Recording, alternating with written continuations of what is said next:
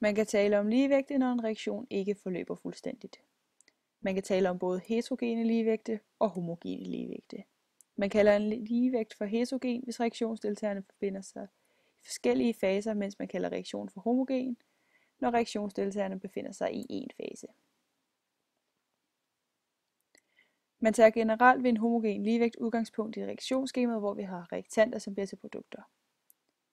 Dette kan også skrives som det standardiserede udtryk, hvor vi her har A, B, C og D, som er de store bogstaver, som angiver de ioner eller molekyler, der indgår i ligevægten, mens de små bogstaver angiver koefficienterne.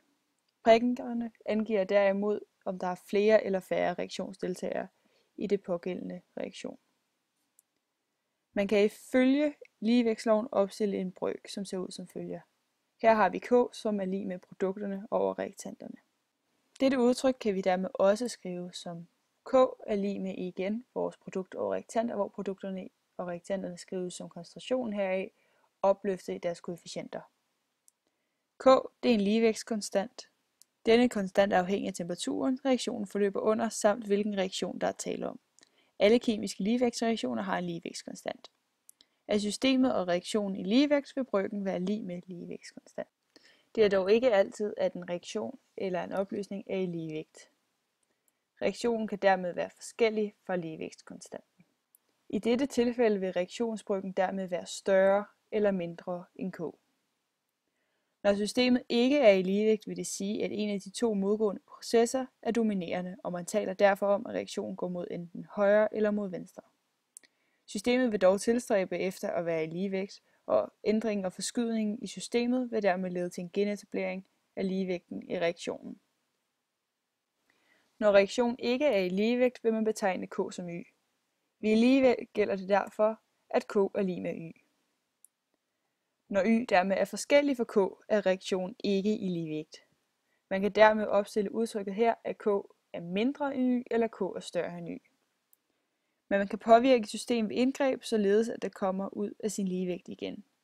Det kan være f.eks. i form af ændring af volumen eller mængden af reaktionsdeltagere.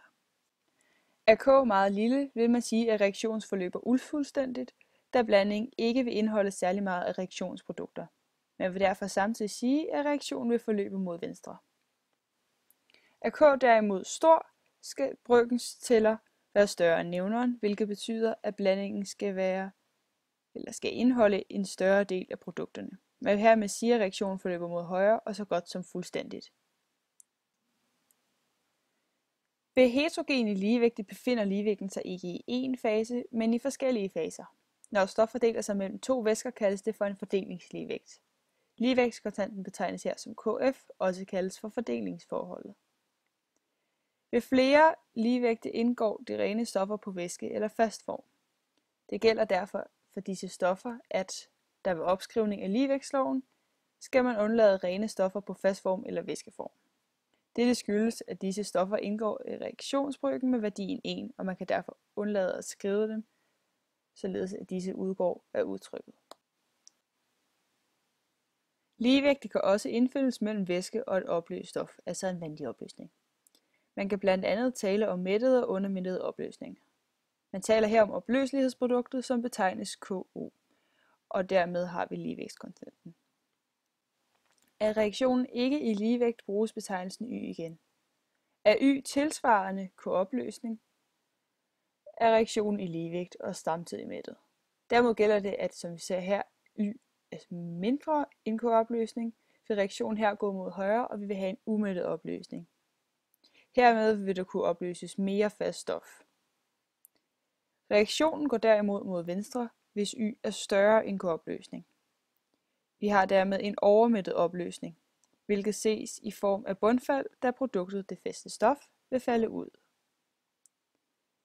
Ligevægte mellem to faser benyttes ved f.eks. ekstraktioner.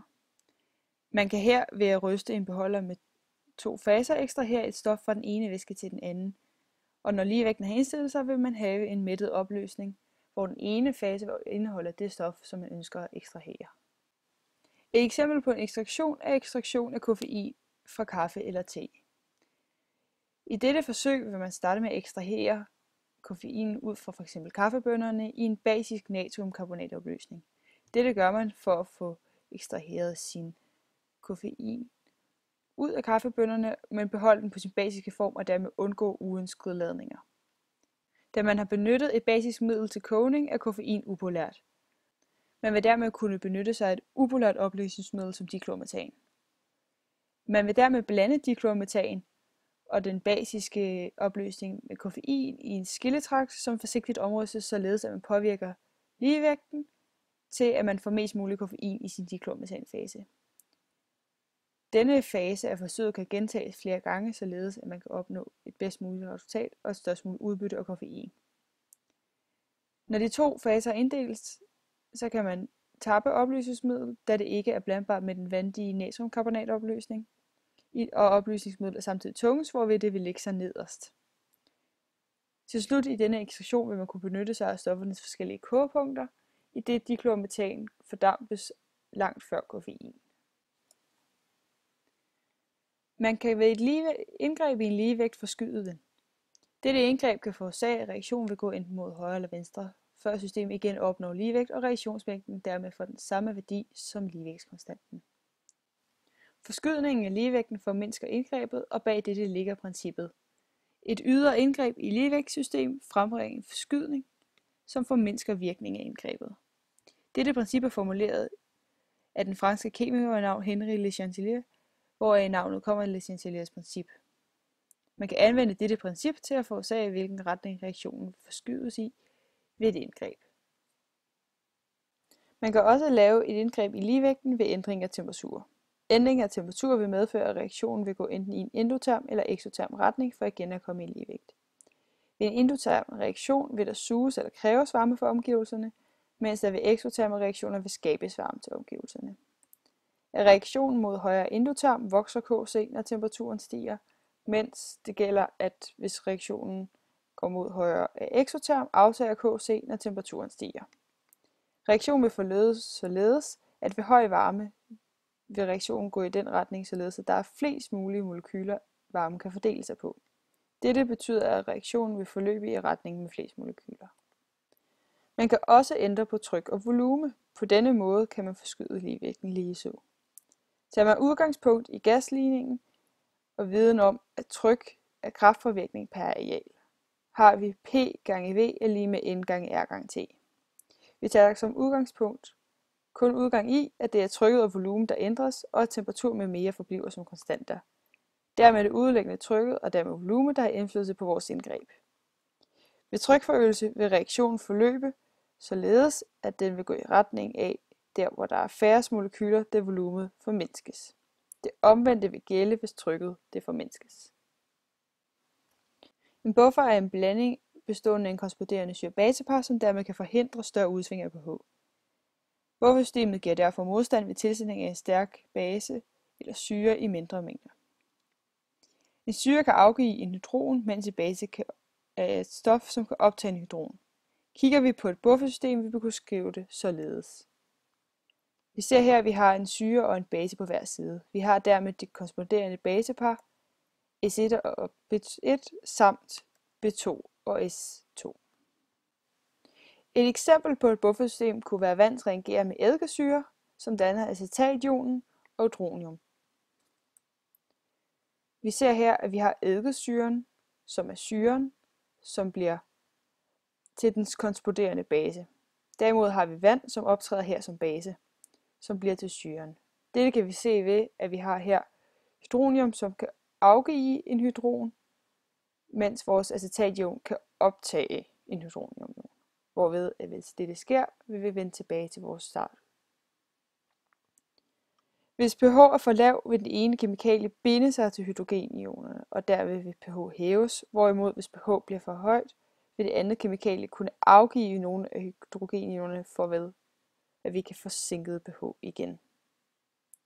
Vi ser også i dette eksempel, at vand det optræder som en base. Dette er dog ikke altid gældende, da vand er en amfolyt, og dermed kan optræde både som en syre og en base. Ligevægte er essentielle for mennesker og dyrs overlevelse. Vi vil i det her tage udgangspunkt i buffersystemer i blodet i mennesker. pH-niveauet i blodet er vigtigt for at sikre den korrekte funktionalitet af biologiske systemer. Det optimale pH-niveau i blodet er 7,4, som vedligeholdes af 3 forskellige typer af buffersystemer, der arbejder i kroppen. Det vigtigste buffer i ekstracellulære væsker er en blanding af kuldioxid og bikarbonatanioner. Kuldioxid vil fungere her som syre, idet den er opløst i vand og dermed kulsyre, og kan dermed afgive hydrogenioner, når dette er nødvendigt. Bikarbonatanioner vil dermed fungere som base, der kan opsuge eller optage hydrogenioner, når der er for mange af disse til stede. Dette buffersystem er ekstremt vigtigt, fordi det hurtigt kan justere pH i tilfælde af alkalose eller acidose. Alkalose er, når man har en for stor koncentration i blodet af bikarbonatanioner. Det vil dermed sige, at blodet bliver mere basisk end pH 7,4. For at modvirke dette skal der tilføres større mængder af CO2, hvilket gøres ved, at lungerne arbejder hurtigere, således at blodet iltes hurtigere. Acidose, som derimod er kendt som syreforgiftning, er når koncentrationen af kuldioxid er højere end koncentrationen af dikarbonatanionerne. Dette er oftere set i det, at acidose kan forekomme ved f.eks. hyperventilation, hvor blodet iltes mere. Ligevægte og også buffersystemer er dermed essentielle for, at man som menneske og som dyr kan overleve.